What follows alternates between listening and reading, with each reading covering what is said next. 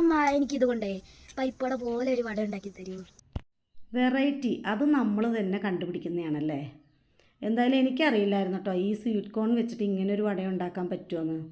എന്തായാലും അതുണ്ടാക്കി ഒരു കട്ടനായിട്ട് ഒരു പിടുത്തം പിടിച്ചപ്പോണ്ടല്ലോ, പുറമേ നല്ല ക്രിസ്പിയും അകം നല്ല സോഫ്റ്റുമാണ്. ഇതിന് നല്ല ടേസ്റ്റാണ്. അപ്പോൾ ഇതെല്ലാവരും ഒന്ന് ഉണ്ടാക്കി നോക്കുക. കുറേ ദിവസം കൊണ്ട് ഞാനും വിചാരിക്കുന്നു ഇങ്ങനെ ഒന്ന് ഉണ്ടാക്കി നോക്കിയാലോ എന്നുള്ളത്.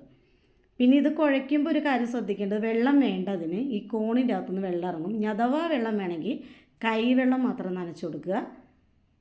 അടിപൊളി പരിപ്പോടെ അതേ മോഡലാണ്, പക്ഷേ ടേസ്റ്റ് ഡിഫറെൻ്റാണ്.